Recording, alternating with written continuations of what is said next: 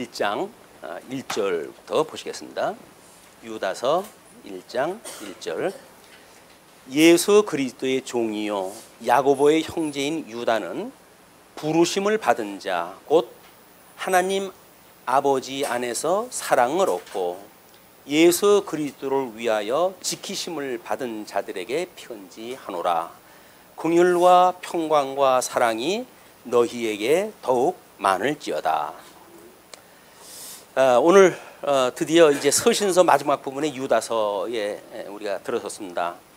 근데 내용이 좀 소개해 대할 내용들이 많기 때문에 저는 2시간으로 나눠야 될 것 같습니다.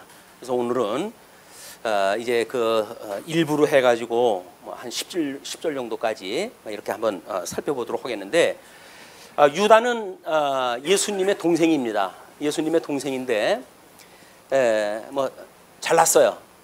잘나가지고 예수님이 요한복음에 보면 이제 그 유대인들이 예수님을 잡아가지고 핍박을 할 것 같아가지고 가나안 땅 쪽에 이제 거하고 있으면서 안 내려가니까 초막절이었습니다. 다른 사람은 다 내려가는데 예수님은 안 내려가는 거예요. 그랬더니 이 동생들이 하는 얘기가 뭐라 그러냐면, 아니 세상에 드러나려고 한다면 예루살렘으로 내려가라. 유대 지역으로 내려가야지. 갈릴리 땅에서 뭐 하고 있는 거냐 지금. 그러면서 비아냥거렸어요. 예수님이 그 동생들의 비아냥 소리를 그대로 다 듣고 그리고 물론 이제 절기가 됐으니까 내려가긴 내려가셨죠. 이 형제들이 그만큼 예수를 그리스도로 믿지 않았던 사람들이거든요. 그런데 사도행전 1장에 보게 되면 이들이 예수님이 부활 승천하시고 그리고 이제 마가다락방에서 이제 50인의 뭐 이런 120명의 문도가 기도하고 그럴 때에 그 예수의 형제들, 마리아와 형제들이 함께 기도에 힘썼더라 이렇게 되어져 있어요. 그러니까는 예수님이 부활 승천하셨던 그 이후에 예수님을 믿었던 사람들이에요. 근데 그 이후에 성령이 임하시고 사도까지 되어져서 이 유다서를 기록한 이런 그 사람이 되어진 겁니다. 그렇기 때문에 지금 그 유다서에서 유다 스스로는 당신을 예수 그리스도의 종이라고 이야기를 하고 야고보의 형제라고 이렇게 자기를 소개하거든요.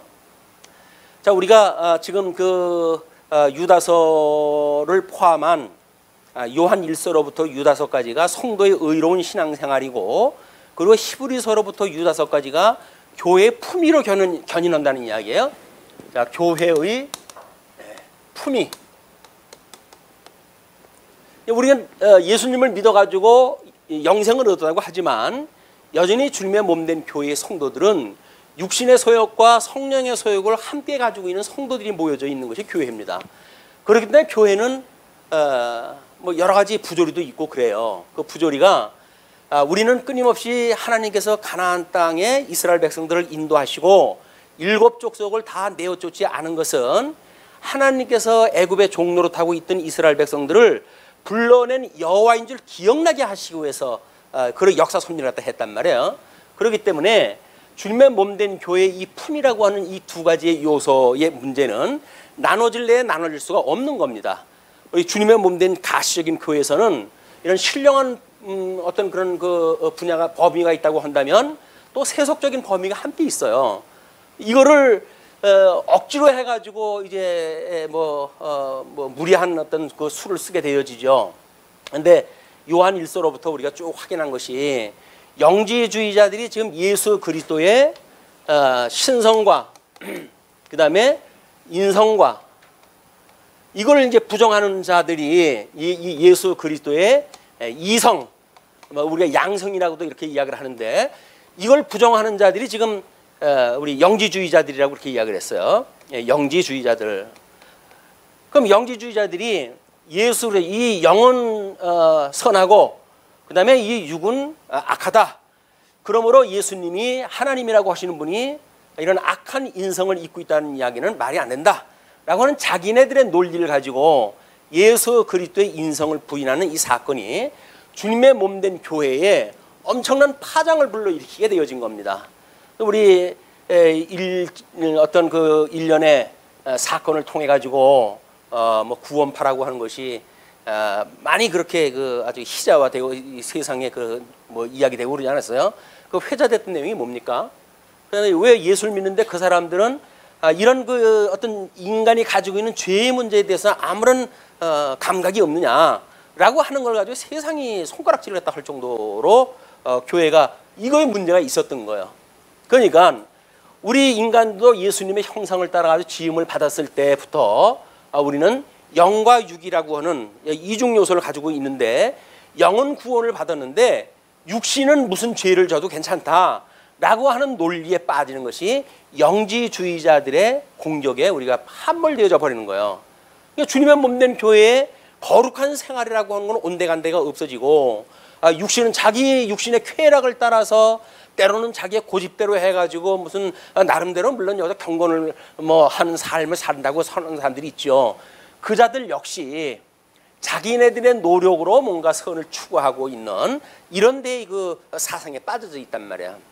이거를 이제 요한 1서, 2서, 3서를 통해 가지고 조직적으로 확인이 되어졌고, 요한 3서에서는 이 문제에 대하여 예수 그리스도의 신분이라고 하는 측면으로 우리가 확인하다 했어요.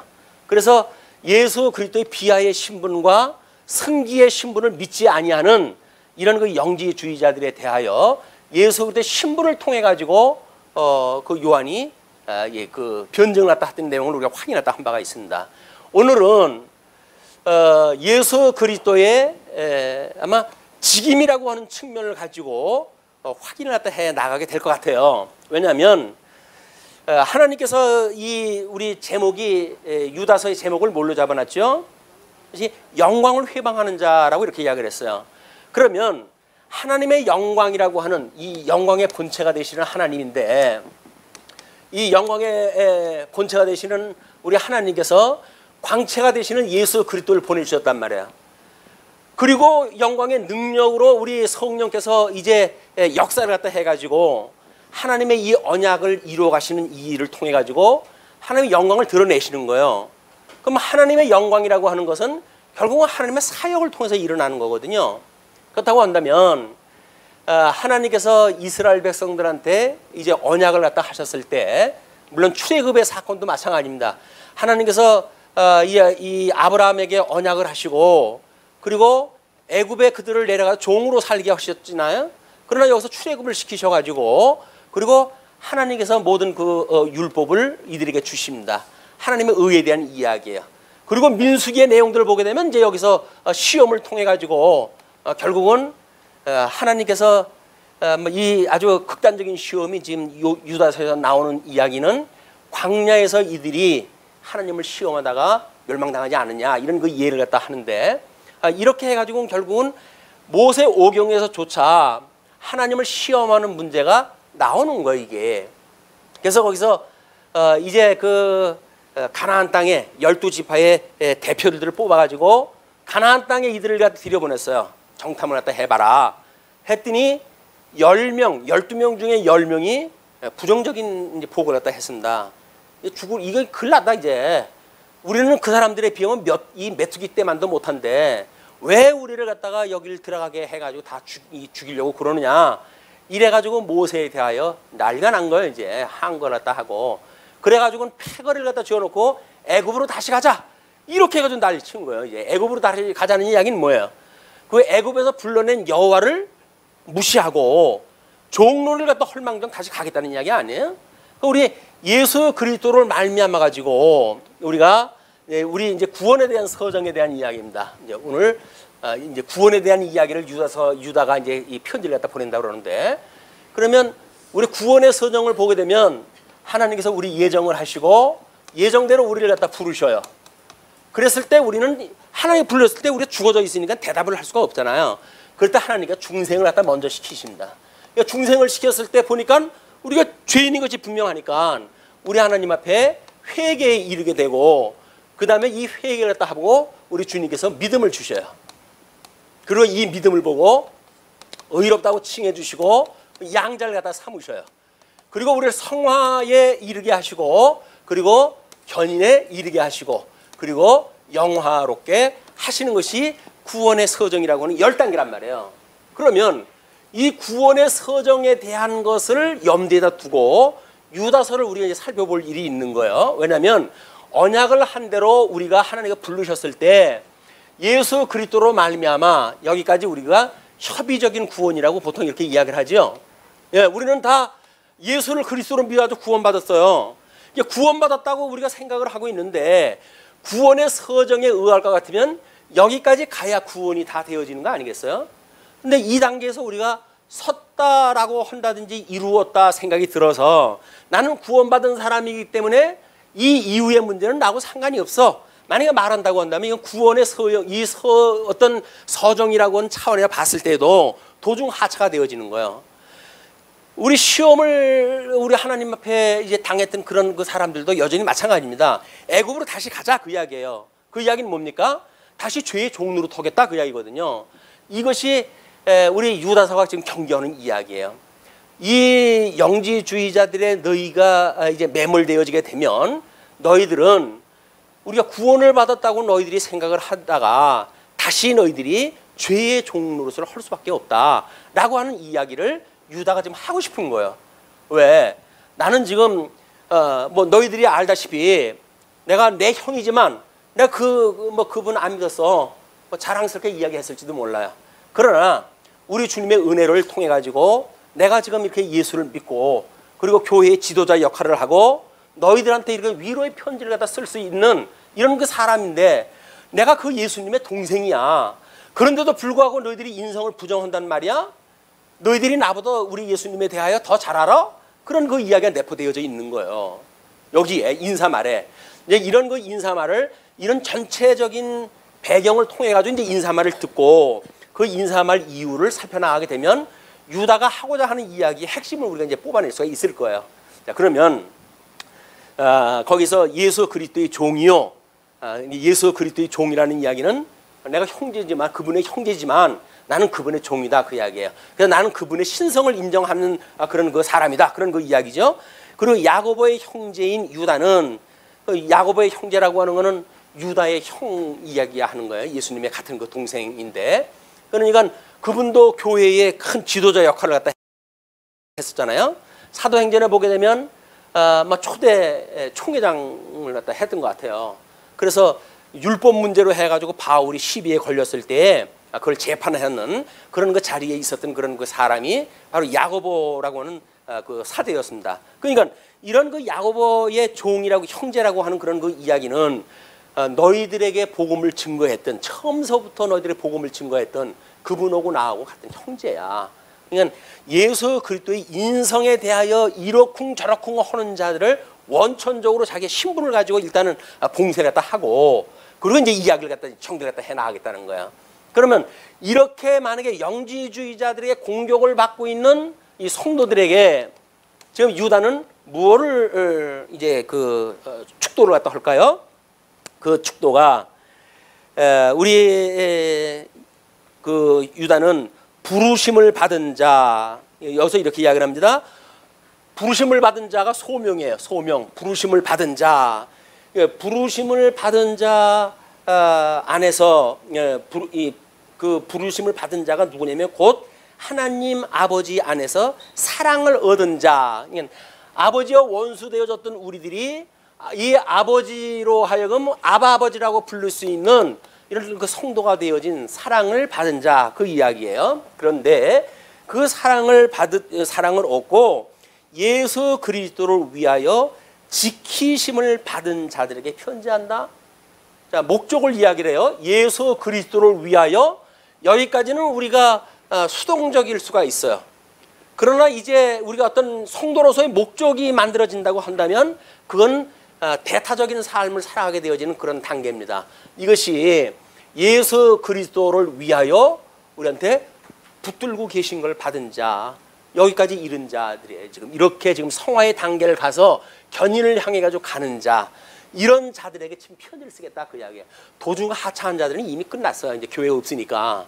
그래도 교회에 남아져 있는 자라고 한다면 아직도 하나님 손에 붙들려 있어서 이 주님이 아무리 그 영지주의의 공격이 온다 할지라도 그들에게 예수 그리스도를 믿고 여전히 우리가 육신을 가지고 있어서 죄를 질 수밖에 없는 상황이 있다 할지라도 우리의 죄를 대속하시는 예수 그리스도가 우리한테 있기 때문에 온전케 하시는 예수 그리스도를 바라보고 소망 가운데 살아가는 성도들, 이런 자들에게 지금 편지를 갖다 한단 말이에요.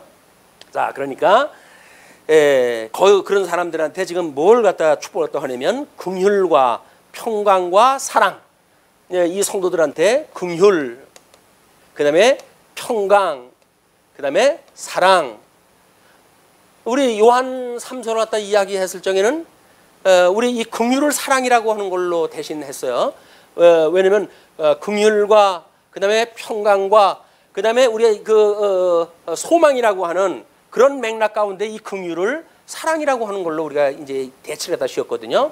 근데 오늘은 긍휼이 만약에 사랑의 그런 의미가 내포되어져 있다고 한다면 긍휼, 평강, 그리고 다시 사랑을 지금 이야기를 하는 거예요. 왜 사랑을 다시 이야기했다 할까요? 그것이 우리 에베소 교회에 우리 요한계시록에 보게 되면 에베소 교회에 책망했던 내용이 있습니다. 그들이 처음에는 그렇게 뜨거운 마음으로 예수님을 믿었어요. 그리고 뭐 신학적으로 해가지고 정리가 잘 됐어요. 그 나름대로 어떤 그 비진리자들에 대하여 척결을 갖다 시키고 분별을 갖다 하고 하는 일에 상당히 앞장섰던 성도들이에요. 근데 책망을 갖다 합니다. 왜? 너희들이 첫사랑을 잊어버렸다, 그 이야기예요. 예수 그리스도로 인하여서 받았던 첫사랑을 잊어버렸다, 그 이야기예요. 그걸 우리가 이제 아가서를 설명을 때 이건 견인적 사랑이라고 이렇게 차별화를 갖다 했는데, 견인적 사랑. 그러니까 첫사랑이라고 하는 건 예수 그리스도로 말미암아 구원을 받는 정말 부지부식간에 우리가 되어진 거 아니에요? 의식조차도 못한 이게 상태로 되어진 겁니다. 언제 우리가 뭐 구원 시켜달라고 기도한 적도 없어요. 근데 우리 주님께서 우리를 하나님의 아들로 삼아주신 것까지 순식간에 이게 이루어진 거예요. 이게 논리적으로 이게 나눠 놓은 거지만 이것이 구원이라고 하는 하나의 이름으로 좀 소개가 되어지는 거란 말이에요. 그런데 이것이 만약에 여기까지 총체적인 구원에 대한 의미를 가지고 있다고 한다면 아무리 교리적으로 해서 성장을 했고 그리고 많은 어떤 신앙생활을 해왔다고 할지라도 첫사랑을 잊어버렸다고 한다면 책망거리인 거예요. 책망거리. 그래서 에베소 교회가 그래서 책망을 받았어요. 첫사랑을 회복해라. 그렇지 않으면 너희들 국물도 없어. 그렇게 하는 것이 주님께서 주셨던 책망이에요. 자, 그럴 때 긍휼과 이 평강으로 해가지고 내가 예수 그리스도의 저렇게 하나님을 아버지라고 부를 수 있는 이 아들이 됐어요. 그리고 하나님 나라를 우리가 이제 기업을 잇고 살아가는 이런 그 가운데 심령의 평강을 누리고 살아간다고 생각이 드는데, 그런데 만약에 이자들의 공격에 의해서 너희들이 견인적인 사랑을 놓쳐버린다고 한다면 너희들은 하나님의 사랑이 더욱 있어야 된다. 이 사랑이 그래서 이중적으로 지금 여기서 선포가 되어지는 거예요. 여기서 이것만 가지고 충분해요. 그런데 유다는 특별히 사랑이라고 하는 이름을 또 한 번 넣어요.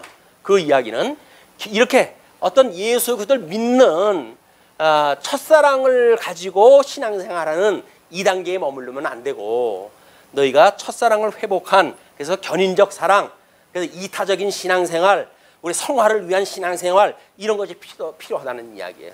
여기에 이르지 않으면 우리 영지주의들의 함몰되고 맙니다. 자, 그렇기 때문에 너희들에게 긍휼과 평강과 사랑이 너희에게 더욱 많을지어다.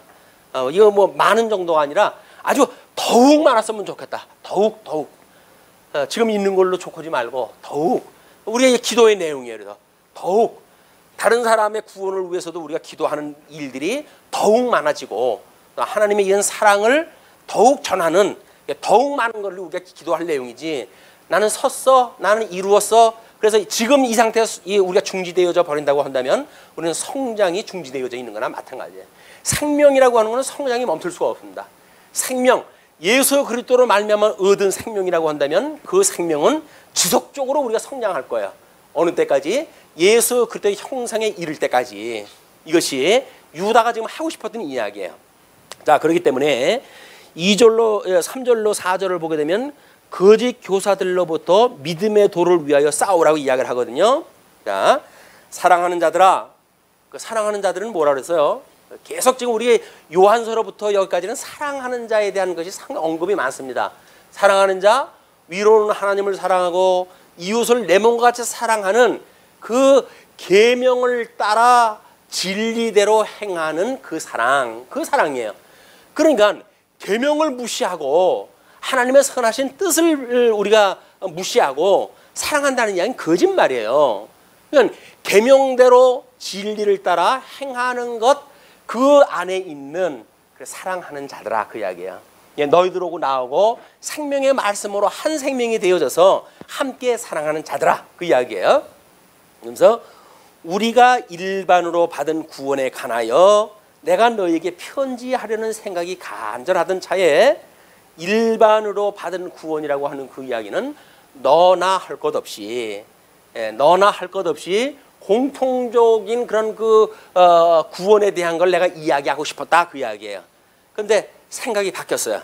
왜? 이 급박스러운 어떤 그 상황이 지금 전개가 되어지고 있기 때문에, 그 이야기보다는 뭔가 좀 구체성을 가진 이야기가 필요하겠구나라는 생각이 들어가지고, 너희에게, 성도에게 단번에 주신 믿음의 도를 위하여, 단번에 주신 믿음, 그 단번에 주신 믿음이라고 하는 그 이야기는 성도들의 어떤 이런 우리들의 이렇게 거듭나고 중생했다라고 하는 이 부분하고 성화라고 하는 것이 띄어져 있는 것이 아니라, 이게 띄어져 있는 것이 아니라 단번에라고 하는 그 이야기는 한 번에 죽었다, 그 이야기예요.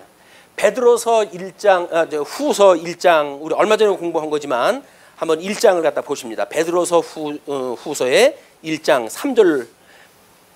자, 그의 신기한 능력으로 생명과 경건에 속한 모든 것을 우리에게 주셨으니 이는 자기의 영광과 덕으로서 우리를 부르시는 이를 알므로 말미암음이라.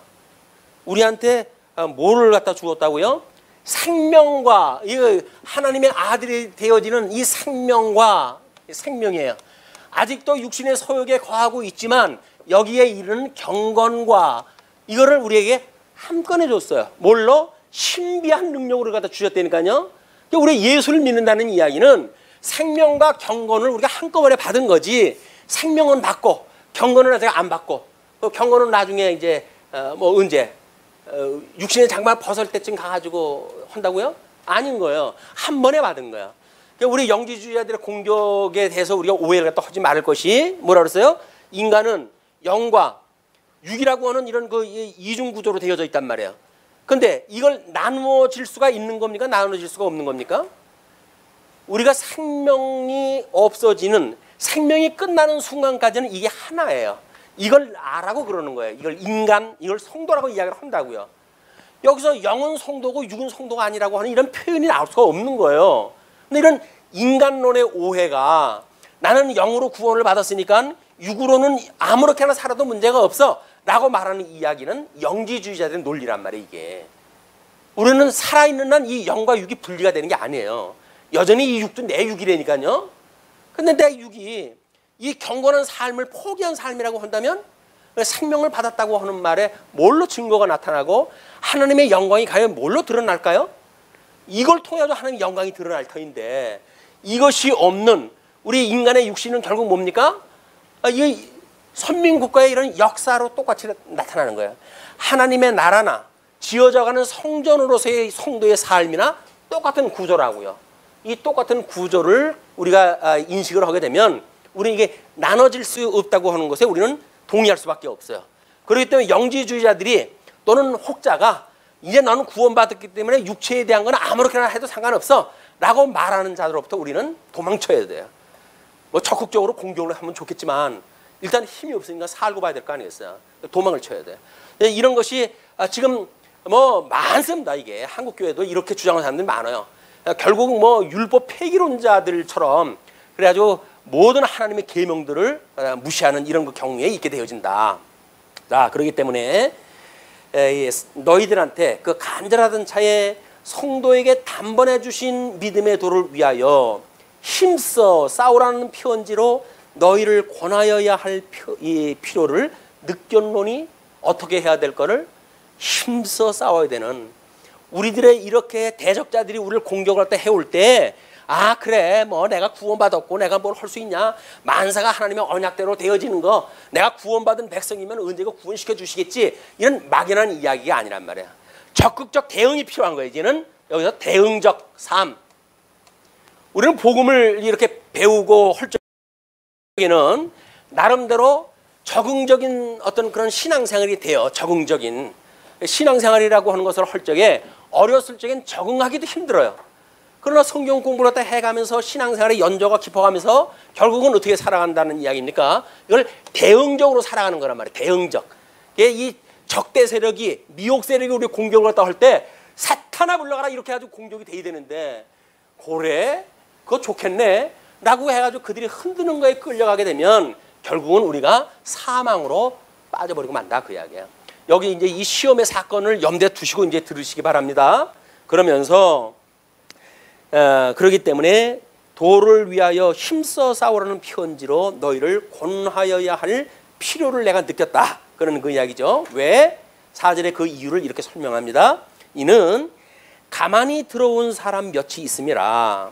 그들은 옛적부터 이 판결을 받기로 미리 기록된 자니 경건하지 아니하여.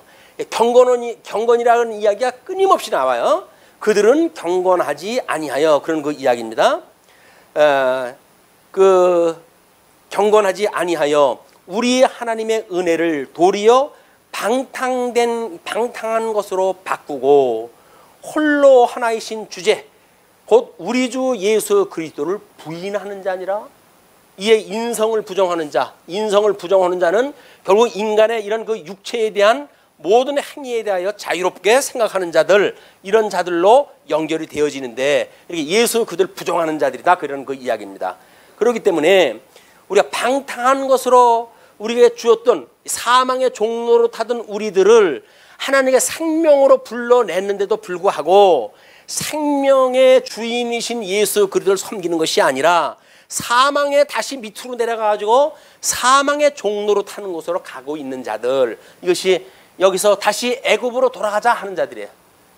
그러니까 하나님께서 애굽으로 돌아가자 하는 자들을 어떻게 하시면 될까요? 애굽으로 돌려보내면 될까요? 어차피 애굽이라고 하는 건 뭐예요? 살아있으나 죽은 자들 아니에요? 그러니까 광야에서 죽여버리는 거예요, 너희들.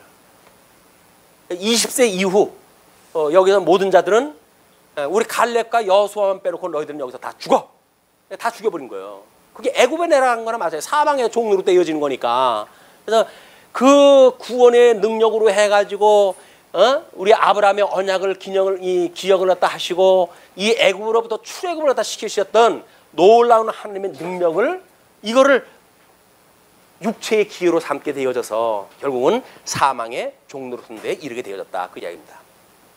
자, 그러면서 이제 5절을 보시게 되면 5절로 7절, 형벌 받음으로 거울이 된 사실을 구약에서 이제 예를 갖다 들어요. 자, 너희가 본래 모든 사실을 알고 있으나, 물론 이때의 그 신자들은 구약 성경에 대해서 많은 그 지식을 알고 있는 사람들이에요. 그러니까 구약 성경이 예표적으로 예수 그리스도에 대해서 증거했기 때문에 그는 구약 성경을 안다는 그런 사람들에게 그것이 예수님에 대한 이야기야, 그것만 그들한테 건드려 줘도 그 사람은 예수님을 믿게 될 수 있는 사람들이에요. 구약의 그 지식이 박식한 사람들이니까 모든 지식을 알고 있으나 내가 너희로 다시 생각나게 하고자 하노라. 다시 생각나는 것, 이게 은혜인 줄로 압니다. 여기서 말하는 사랑, 다시 생각나는 것.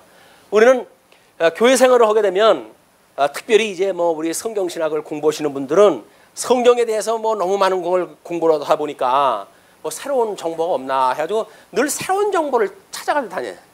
그래서 누구 뭐 어느 목사가 설교를 잘한다고 그러더라 뭐 해가지고 그쪽으로 해가지고 또 우욱 또 뭐 가다가 어떻게 뭐 있는 교회는 다 박살났고 그러니까 뭐 어디를 흩어져가지고 가긴 가야 되는데, 그래가지고 이름난 사람들을 따라가거든요. 그런데 우리가 어느 정도 신앙생활을 더 하게 되어지게 되면, 하나님의 말씀에 대하여 우리가 알게 되어지게 되면 그 다음은 다시 생각나는 거예요. 생각나는 거. 다 배운 거예요. 배우지 않은 게 어디가 있어요. 다 배운 건데 이거 소실적에 다 배운 거예요. 근데 왜 이 시간에 이렇게 힘주어 제가 이렇게 이야기를 합니까? 생각나게 하시려고, 생각나게 하시라고. 너무 깊이 들어가 있어가지고 생각이 안 나니까 제가 강력하게 말씀을 드리는 거예요. 생각하시라. 과거에 배웠던 거고, 이걸 배웠던 그때 우리의 감정이 얼마나 우리가 황홀했어요. 예수님의 구원의 감격을 받았던 우리들의 그 감성이 얼마나 우리들이 흥분하고 살았던 사람들입니까? 근데 신앙생활이 하루 가고 이틀 가고 1년 가고 10년 가고 하다가 보니까 그 사랑이 점점 좀 식어버리는 거예요. 이 첫사랑을 잃어버리게 되어지는 거예요. 그런데 에베소 교회 성도들처럼 이거 회복되지 않으면 네가 아무리 진리를 잘 알고 해가지고 뭐 이단들을 전부 분리를 갖다 하고 뭐 분석하고 내쫓고 이렇게 교회를 지킨다고 하더라도 너희들한테는 아무 유익이 없어. 진리를 지키는 거 주님께서 지키실 거예요. 그러나 이걸 잊어버린다고 한다면 예수 믿는 게 무슨 의미가 있어요? 우리가 안 해도 다른 거, 이거 저 뭐 대적들 다 할 거 주님께서 주님의 언약대로 이루어 가신다니까요. 제일 중요한 건 뭐예요? 내가 첫사랑을 간직하고 살아가는 거예요. 예수가 그리스도라고 하는 나의 생명 되신 그리스도, 우리 구속의 첫 감격, 이걸 가슴에 품고 사는 거라고요. 그게 구원받은 성도들의 기쁨인데, 뭐 신앙생활 좀 하니까 이건 온데간데가 없어지고 쩍쩍쩍 하다가 보니까 전부 신학자들이 돼버렸어요. 그리고 성도는 아니야. 신학자일 뿐이야. 그게 자유로운 그 신학을 가지고 나중에 예수님 뭐 다른 사람 다 앞에 갔는데도 그 사람이 없다 그러니까 그런 데는 거 아니에요? 어디 갔냐 그랬더니 당신은 그 같이 있어야 되는 거 아닙니까? 그 믿는 사람들하고. 근데 여기 왜 있습니까? 그랬더니 나는 좀 자유롭게 신앙을 했습니다. 하나님을 믿지 않고 자유롭게 신앙생활하는 사람, 신학을 하는 사람들. 예수님을 믿지 않아요. 그런데도 성경을 갖다 논하고 신학을 논하고 그래요. 자, 오늘 아주 중요한 그런 그 사건입니다. 그러면서 이제 우리 주님께서 너희들을 다시 생각나게 하고자 하노라. 주께서 백성을 애굽에서 구원하여 내시고, 이게 나오는 겁니다. 애굽에서 이들을 출애굽하게 하시고, 그 이야기에 여기서 애굽에서 나오게 하셨어요. 애굽에서 너희들을 구원하여 내시고 후에, 그 후에요. 그걸 우리 아주 기억을 갖다 하셔야 됩니다. 믿지 아니하는 자들을 멸하셨으며, 믿지 아니하는 자를 여기서 멸하셨으며. 근데 아니 우리 하나님의 자녀로 해가지고 인을 쳐주셨는데 뭐 이거 뭐 애들 장난도 아니고 구원시켰다가 말았다 이렇게 혼낼 수가 있습니까? 우리가 한 거 할 수가 있을까요? 아니 여기서 구원을 받았다고 한다면 우리 예정론을 이야기할 때에 일찍이 우리 주님께서 그리스도 안에서 우리 예정했다고 하지 않았습니까? 근데 예정해가지고 우리 출애굽되어져 가지고 하나님의 백성이 되는데 이제 와가지고 우리를 죽여버린다고 한다면 그러면 예정이 되어진 겁니까? 어떻게 되어진 겁니까? 이제 그런 질문이 나오잖아요. 근데 이것까지가 예정인 거예요. 도중 하차하는 사람 모두 예정되어져 있는 사람이에요. 우리 구원의 반열, 저 견인에 이르고 영화에 이르기까지 이르는 성도들이 이미 예정되어진 것도 마찬가지고 이거 전부가 예정되어져 있듯이 여기까지만 가는 사람 다 예정되어져 있어요. 여기 가다가 중간에 도착하는 사람 전부 예정되어져 있어요. 그러니까 예정론이 잘못되어졌다는 이야기가 아니에요. 예정이 구원 전체에 대한 게 예정이 되어져 있단 말이에요. 근데 반토막만 우리가 듣고 신앙생활 반만 하다가 말아버린다고 한다면 우리는 견인의 이 놀라운 은혜를 놓치게 되어진다. 긍휼과 평강과 거기에 사랑이 더욱 있기를, 더욱 많기를 내가 구한다. 나는 그 이야기가 실감이가 실감이, 그렇죠? 자, 그러면 그렇게 하면서 이제 그런 그 예를 이렇게 듭니다. 이제 이렇게 되어진 것이 하나님의 뜻은 어떻게 이루어진다고요? 이 하나님의 뜻은 먼저 하늘에서 이루어지죠. 그리고 어디에서 이루어져요? 땅에서 이루어져요. 그래서 우리가 주기도를 할 때마다 하나님의 뜻이 하늘에서와 같이 땅에서도 이루어지다라고 기도를 갖다 늘 해요. 왜냐하면 천상에서 하나님이 하시는 사역이 있고 그걸 계시하셨던 여기 현상 세계에서 일어난 사건이 있기 때문에 그러는 거예요. 하늘에서는 이미 영원한 거니까 이건 영원한 거예요. 영원한 것. 그러나 이거는 시공형적으로 구분되어진 거예요. 우리가 짧은 인생을 살다가 보니까 시간적으로 땅에서 이루어오는 것은 과거가 있고 현재가 있고 미래가 있잖아요. 여기가 있고 저기가 있고 거기가 있고 그러잖아요.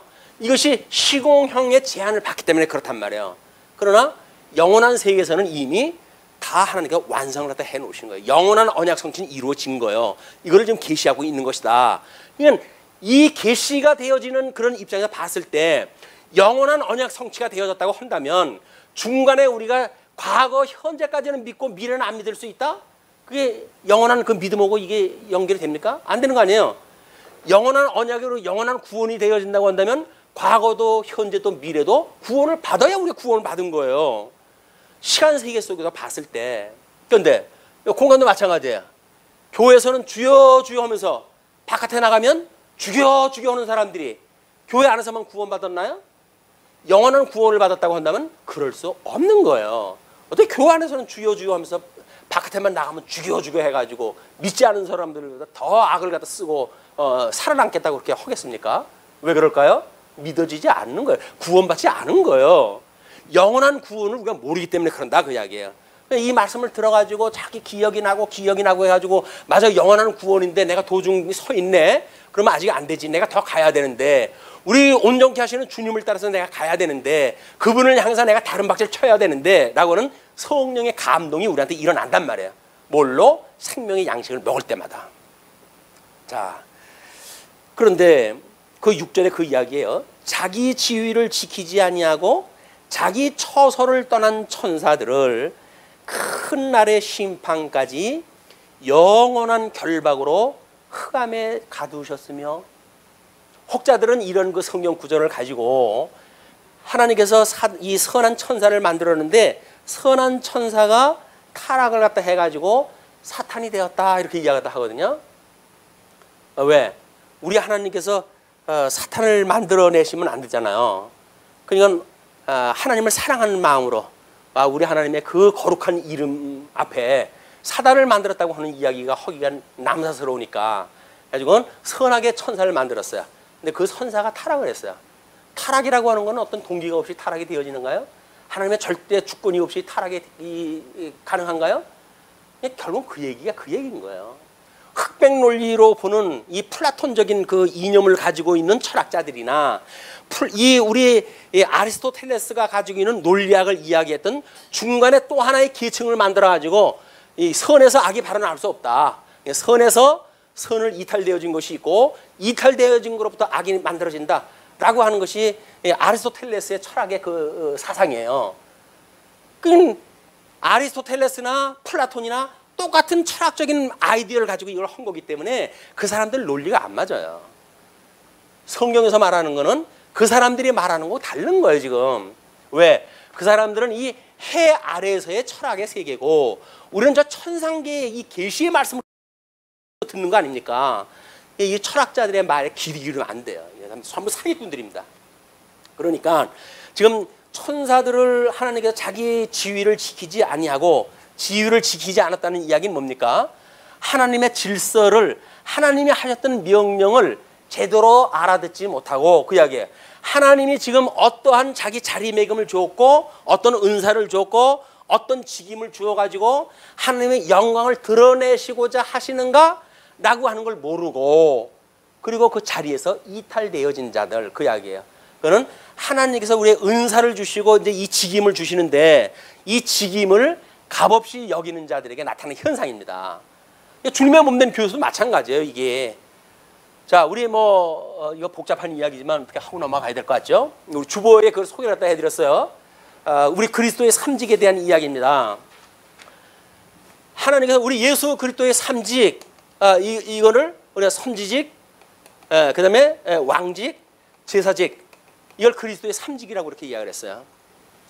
구약 성경에서 우리 하나님께서 이렇게 이제 시험을 하고 그래서 20살 이후에 나왔던 사람들 다 죽여버리시고 그리고 그들을 가나안 땅으로 이제 넣으셔요.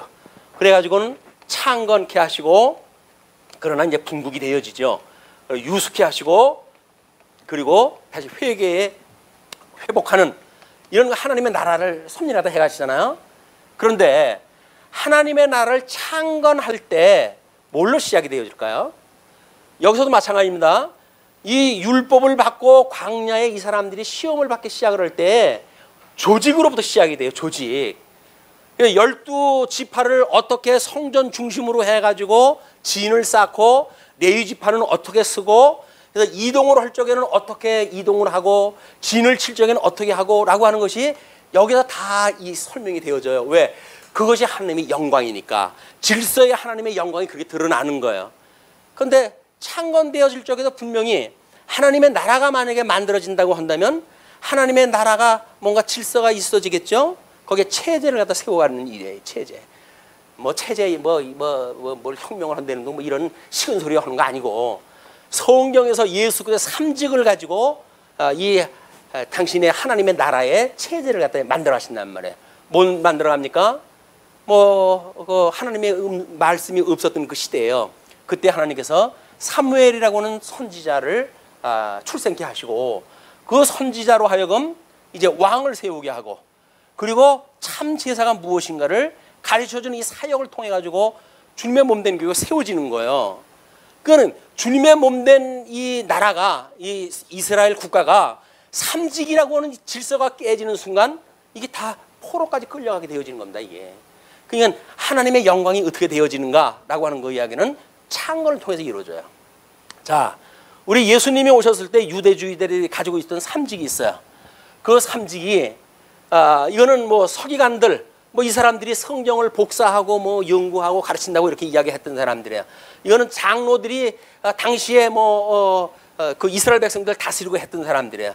대제사장, 이 대제사장들은 로마에서 돈 주고 사가지고 벼슬 가지고 하는 자들이에요. 이게 전부 거짓 그리스도들이에요. 적 그리스도들. 이 적 그리스도들이 참 그리스도로 오셨던 예수님을 십자가에 못 박아 죽였다니까요. 그럼 주님의 몸된 교회에 와가지고 어떻게 할까요? 마찬가지인 거예요. 교회에서도 이 거짓 삼직을 가지고 있는 자들이 참 삼직을 가지고 있는 교회를 이게 못 차게 만들고 미혹을 갖다 시킨단 말이에요. 자, 주님의 몸된 교회, 우리 교회를 갖다 예를 들지요. 우리 선지직을 감당하도록 우리가 그런 그 조직에 대한 걸 깨닫고 사는 이 만들어 놓은 정관에서 조직이 뭡니까? 그게 목양회예요. 목양회, 그 다음에 치양회, 그 다음에 집사회. 요 정도 대비로 되어지게 되면 비록 우리가 서리 집사라 할지라도 어떤 역할을 갖다 하는지 감이 오죠. 저 하나님 나라를 세울 때 질서를 세우는 것처럼 주님의 몸된 교회도 이런 질서를 가지고 세워 가신다니까요. 서리 집사라고 해가지고 우리가 나의 어떤 신분, 은사, 직임 이런 거 우습게 여길 게 아니에요. 우리 예수님이 우리한테 이걸 지어준 그 직임이라니까요. 각양 은사, 많은 은사가 있지만 그 은사를 주는 성령은 한 분이라고 그랬잖아요. 직임은 여러 가지나 그 직임을 주셨던 주님은 한 분이란 말이에요. 우리 머리 대신 주님께서 우리한테 직임을 주어가지고 이 일을 감당하고 당신의 몸된 교회를 이렇게 질서를 잡아가게 하신다 그 이야기예요. 그러니까 우리가 주님의 몸된 교회 교사들, 교사라고 해가지고 아이들 가르치고 하는데 그렇게 우습게 여기고 그러는 거 아니에요. 생명을 살리는 이게 아주 중차대한 이 업무를 갖다 맡고 있는 겁니다.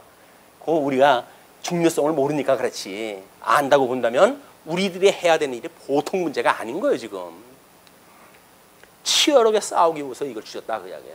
이걸 싸워야 되니까. 왜? 미혹자들이 지금도 어떤 성도를 가르친다 하는 이름으로 해가지고 성경을 자기 수단으로, 자기 성공 수단으로 이야기했다 해버리고, 이거 전부 거짓 목사들이에요. 이게 거짓 목사는 거짓 적그리스도들에 대한 그 동류의 사람들이란 말이에요. 장로라고 해가지고 어린 양을 좀 치라고 그랬더니 어린 양을 지 바보로 여겨. 툭하면 내쫓고 이런 짓거리를 갖다 하고, 이렇게 되면 이건 장로가 아니죠. 교회 장로가 어떻게 성도를 내쫓아요. 그 양을 갖다 잘 좀 다스리라고 이야기를 했다 했더니 내 양을 치라 그랬잖아요. 주님께서. 내 양을 치는 게 아니라 내 양을 갖다 잡아 죽여.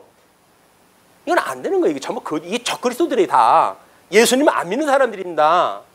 내 양을 먹이라고 그러는데 먹이지는 않고 맨 독초만 먹여. 세상에 어떤 복을 받고 하는 독초만 먹인다는 이런 그 자들은 적그리스도예요. 그리스도 아니에요. 이게 예수님을 갖다 믿는 자들이 아니란 말이에요. 집사, 이거 우리가 집사 일을 갖다 어떻게 하라 그래요? 기쁜 마음으로 섬기라고 그러네요. 근데 짜증, 내가 부흥이야 나만 시켜 이런 생각 가지고 집사회 일을 갖다 하십니까? 아주 위험한 생각입니다. 사랑하시는 성도님들 아주 위험한 발상이에요. 기쁘고 즐겁고 자원하는 마음으로 이걸 감당해야 될 일이다. 아무나 하는 일 아니에요. 이게 이 시대에, 이 어둠이 만연한 이 시대에 말씀운동 서원교회 이런 그 직분을 맡고 있다고 하는 건 보통 문제가 아닌 거예요. 이덕성이도 마찬가지예요. 보통 문제가 아닌 거예요. 이 은혜의 은혜를 갖다 더한 일이기 때문에 우리는 여기에 목숨을 걸 만한 이유가 있다 그 이야기예요. 이게 우리들의 목적적 가치를 둘 만한 그런 이유가 있다 그 이야기예요. 그러니까 이 분국되어지고 우리 주님께서 와서도 삼직을 갖다 이룰 때 이런 거짓 선지자들에 의해서 결국 십자가에 못 박아 죽게 되어지지 않습니까? 그러니까 우리 이렇게 영원한 그 심판, 이 영원한 지위를 지키지 아니한 자들, 지위를 지키지 않은 자들, 그 이야기는 하나님의 영광을 드러내시는 이 질서에 대한, 직임에 대한 영광을 우습게 여기는 자들, 똑같은 이야기입니다. 같은 이야기예요. 그런 같은 이야기로 봤을 때 그런 자들은 큰 날의 심판까지 영원한 결박으로 흑암에 가두셨으며 이미 여기서는 어떻게 했다고요? 흑암으로 가둬버렸어요. 그 천사들을. 언제까지? 세상 끝날까지 그냥 그렇게 사는 거예요. 거기 흑암에서. 그 사람들은 회개 기회도 없어요. 그런데 그런 그 하늘에서 그런 일이 있었듯이 소돔과 고모라와 그 이웃 도시들도 그들과 같은 행동으로 음란하며 다른 육체를 따라가다가 영원한 불의 형벌을 받음으로 거울이 되었느니라. 소돔과 고모라 유명한 그 불심판에 대한 그런 그 예가 들었던 곳입니다. 그럼 그 사람들이 뭘 잘못했어요? 자기 몸 살고 뭐 기쁜 대로 이 몸이 즐기자 하는 대로 살았던 사람들이라 그 이야기예요. 소돔과 고모라의 사람들이 뭐 동성애가 만연하고 이런 육체 소유로 가득 차가지고 살았던 사람들, 이런 사람들을 하나님께 불로 전부 심판하다 해버렸어요. 왜? 하나님께서 이 질서를 지키지 않는 것처럼 여기서도 우리가 여기서 육신을 준 이유가 뭐예요? 우리가 이 세상에 태어난 이유가 뭐예요? 인간의 이 근본적인 이유가 뭐예요? 이 성도들의 삶의 근본적인 삶의 목적이 뭐예요?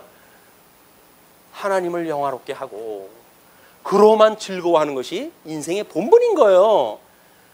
아니 우리들이 왜 하나님께서 우리를 갖다 이 땅에 태어나게 하셨나요? 왜 우리 인생을 여기다 지어 놓으셨나요? 우리 하나님 여호와 그분만을 우리가 영화롭게 하고 그리고 그분만으로 즐겁게 하시기 위해서 우리가 다 지었다니까요.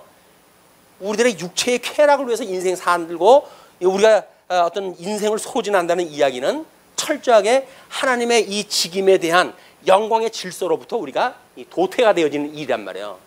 깜짝 놀라야죠. 우리가 이런 강론을 갖다 딱 들었을 때 내 얘기 아니야?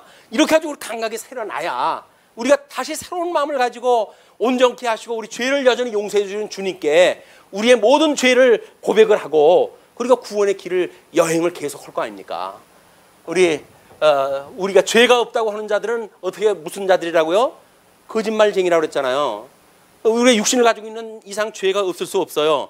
그러나 우리에게는 우리를 온전케 하시는 예수 그리스도가 있으니 너희들은 그 예수 그리스도를 바라보고 살아가라 그 이야기예요.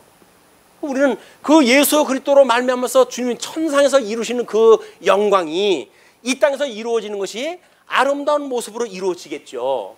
이것이 우리 교회 생활은 그냥 교회 생활이 아닌 거예요. 어떤 생활? 이미 실천신학적으로 우리 예수님이 천상에서 하셨던 것을 성령이 주님의 몸된 교회에 이런 그 조직을 이루게 하시고 이 조직을 통해 가지고 하나님의 영광이 드러나게 하신단 말이에요. 오늘 우리들의 삶은 하나님의 영광이 드러나는 거예요. 뭐 잘나빠진 인간의 무슨 뭐가 드러나는 것이 아니라 우린 죽어서 없고 우리에게 드러나는 건 다만 하나님의 영광이 드러나는 것뿐이다. 하나님의 영광 놓치고 살게 되면 인생 우리가 소비되는 거 많은 겁니다. 이런 개념을 이제 이해를 하시면서 그렇게 불의 형벌을 받음으로 거울이 되었다. 우리 거울이 되어졌다는 이야기는 반면 교사가 되어졌다 그 이야기 아니에요? 우리 이제 그 교훈이 되어진다는 이야기입니다. 그런데 8절로 10절 꿈꾸며 해방하는 거짓 교사의 어리석음을 경고합니다. 그러한데 꿈꾸는 이 사람들도 그와 같이 꿈꾸는 자들 이런 자들의 영지주의자들이 특별한 자기네들 지식을 가지고 뭔가 구원에 이른다고 하는 이런 자들이기 때문에 더 어떤 신비로운 지식이 있다고 생각이 드니까 꿈꾸는 이 사람들도 그와 같이 육체를 더럽히며 권위를 업신여기며 영광을 비방하는도다. 권위, 하나님의 이 직임을 통해서 영광을 드러내시는 그 모든 권능 이런 것들을 무시하는 자들이 이런 자들이란 말이에요. 그 비방하는 자들이에요. 그러면서 이런 예를 듭니다.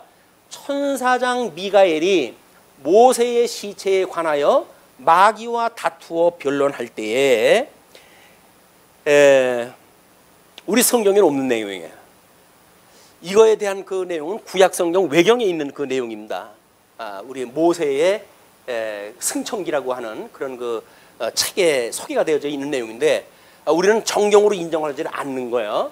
근데 이런 문제를 이제 왜 유다가 우리가 보는 정경 아닌 거로부터 이 구절을 갖다 인용하다 했는가?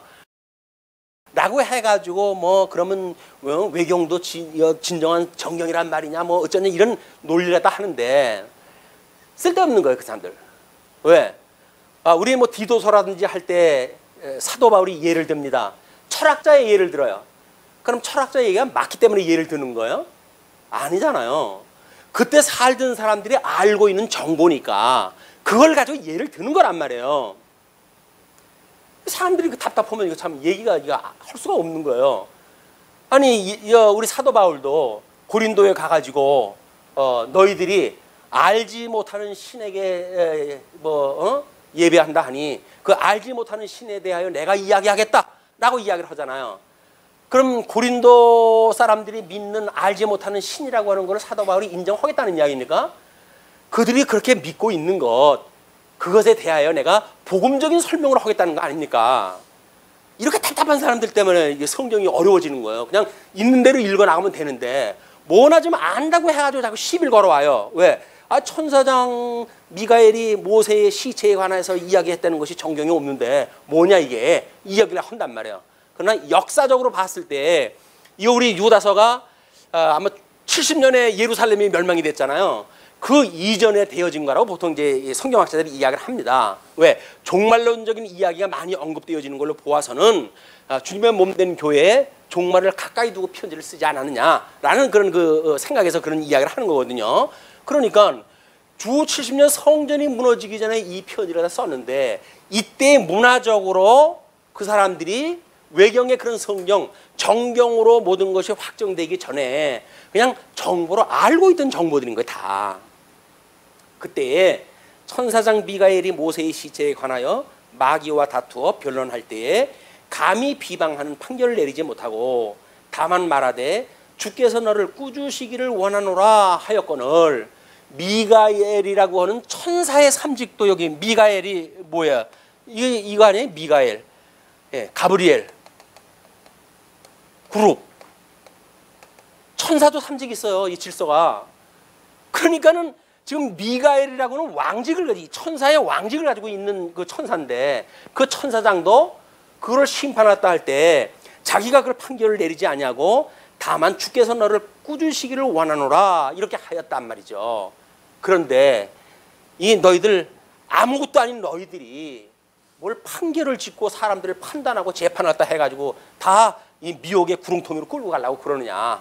이게 잘못되어졌다 그런 이야기가 다 하는 거예요 지금. 그런데 이 사람들은 무엇인지 그 알지 못하는 것을 비방하는도다. 비방을 하는 거야. 비방은 어디서 나와요? 자신감에서 나오죠. 어떤 자신감? 풍문으로 들었던 자신감, 소문으로 들었던 자신감, 성경을 통해서 확인되지 않은 진리체계, 그걸 가지고 자랑을 삼는 거예요. 그러니까 이 사람들은 무엇이든지 그 알지 못하는 것을 비방하는도다. 또 그들은 이성 없는 짐승같이 본능으로 아는 그것으로 멸망하느니라. 그러니까 이 사람들이 구원받았다고 이야기를 하지만 사실은 여기에 이 부름까지도 없었던 사람들이에요. 어디에 있었던 거예요? 저 육체 소욕, 본능에 의해 가지고 살아가던 사람들이에요. 예수님에 대하여 맛도 못 본 사람들. 그러니까 엉뚱한 소리가 또 한다는 이야기야. 이성 없는 짐승과 같이 잡아 죽이기로 이미 예정되어진 자들처럼 그런 그 이야기예요. 무엇인지 알지 못하는 것을 비방한다.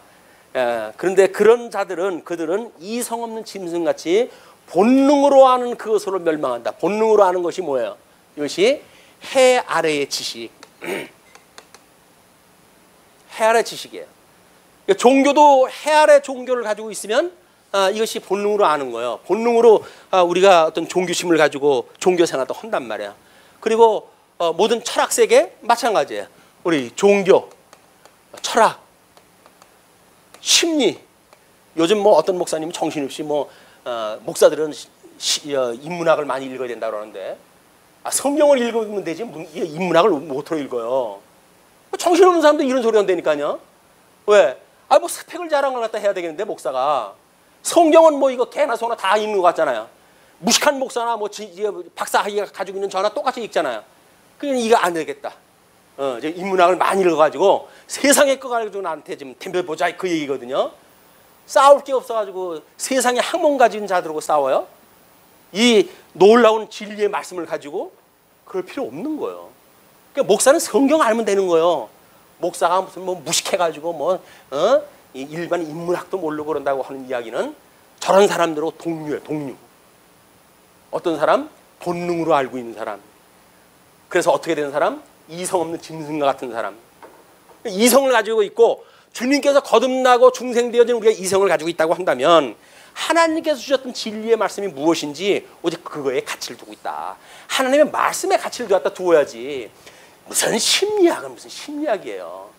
요즘 심리학 가지고 하지 않은 데가 어디 있겠어요. 해 아래 다 이걸로 지금 우리를 속이고 있는데, 모든 그 예술, 모든 예술 부분이 뭐예요? 해 아래 예술이라고 하는 것이 결국은 자기 눈에 보기 좋은 대로 하는 거예요. 안목에 정욕을 해서 좋은 대로 하는 거예요. 요즘 아이들이 왜 그냥 떼창으로 하면서 막 이러면서 춤을 춥니까? 그게 그들이 보는 예술 세계예요. 노래 부르는 사람과 함께 즐거워하는 거. 야 해가지고 땀을 뻘뻘 흘리면서 그 춤을 춰야 되거든요. 왜? 나는 예술을 사랑하는 사람이니까. 어떤 예술? 본능이 주는 예술. 육신의 소욕, 이성이 없는 짐승과 같은 본능을 가지고 즐기는 예술. 그래서 이제 전위 예술까지 오게 되면 회개망측한 그 일을 갖다 하면서 예술이라고 그러는 거예요. 돌이라고 하는 딸 신문에 가끔 나던데 신문에 벌거벗고 어디 쓰레기장 같은 데서 사진을 찍어놓고 그 예술이래. 그게 전부 전위 예술이라는 거예요. 전부 망하는 자들이 본능으로 만들어낸 예술 세계, 안목의 정욕 이걸로 만들어내는 예술 세계다. 뿐만 아니라 모든 윤리의 문제, 인간이 구축하는 모든 윤리의 문제, 해 아래 윤리 문제 다 마찬가지예요. 아니 주님의 몸 된 교회가 뭔지도 모르면서 무슨 윤리를 가지고 이러고 저러고 이야기를 한다고 되겠어요? 안 되는 거예요. 왜? 해 아래의 논리이기 때문에 그렇다. 우리가 하나님께서 주시는 말씀이 아니게 되면 이 해 아래 걸로 인해 가지고 결국 우리가 시험에 들 수밖에 없어요. 말씀을 가지고 우리가 확신이 있어야 이렇게 공격하는 자에 대하여 사탄아 물러가라 그냥 일가로 하면 되는 거예요. 거기다가 매주알 고주알 이렇게 하지 변명을 해봤댔자 그 사람들은 안 듣습니다. 지네들이 얼마나 똑똑한데 성경 가지고 말하는 사람들은 말을 들어요? 안 들어요. 그런 자들에게는 그냥 사탄아 물러가라 이렇게 해야 돼요. 이거 가지고 성경을 무시하고 공격하는 자들에 대하여 그럼 미주알 고주알 이야기할 거 없어요. 어저께 참 고민을 갖다 털어놓던데 너 왜 교회 나가니? 왜 교회 나가니? 그러더래. 지는 안 나가면 됐지. 남 나가는 것까지 왜 나가냐고. 왜 지가 그래? 너희도 11조 하냐? 야, 그거 아까 그거 왜 하니? 그냥 생각하는 게 돈만이 없어요. 돈밖에. 다른 사람은 그 많은 돈을 갖다가 사회에 환원도 하고 그런다는데 겨우 그 연보 좀 하는 것이 아까운데 그걸 왜 하니? 그러고 있으니 왜 인간이 사는지 난 도대체 모르겠어요. 그냥 입에 그냥 목구멍에 먹을 것만 들어가면 인생이 사는 거라 생각이 드니까 타는 사람을 위해서 조금 이렇게 돕는 일을 갖다 하는 거 그런 것들이 이상한 거예요. 왜 그 짓을 하냐? 영악스럽게 움켜쥐고 내 거 내가 가지고 살아야지. 친구들이 너무 말도 안 되는 얘기를 듣고 목사님 이럴 때 뭐라고 이거 대답을 했대요. 말 섞지 말라 그랬어요. 말 섞지 말라고. 걔네들이 한번 이렇게 맞대응을 하게 되면 말만 길어져요. 위에 걸로 해가지고 예수 믿고 복 받으세요. 예수 믿고 하나님 나라 가세요. 예수 믿고 구원 받으세요. 라고 해서 복음을 증거하고 그렇게 물어보는 거에 대해서 일체 대답하지 마라. 그렇게 아주 궁금하면 지가 더 물어보겠지. 그건 궁금해서 물어보는 것도 아니에요. 약 올리려고 물어보는 건데 그 수에 말려버리게 되면 괜히 화가 나. 그냥 그럴 필요도 없어요. 그렇게 물어보게 되면 예수 믿으세요. 예수 믿으면 행복하답니다. 당신이 가지고 있는 모든 고민 예수 믿으면 해결돼요. 라고 복음 증거하면 되는 거예요. 힘써 싸웁시다. 힘써 싸웁시다. 기도하시죠. 예, 자비로우신 하나님 아버지 은혜를 감사.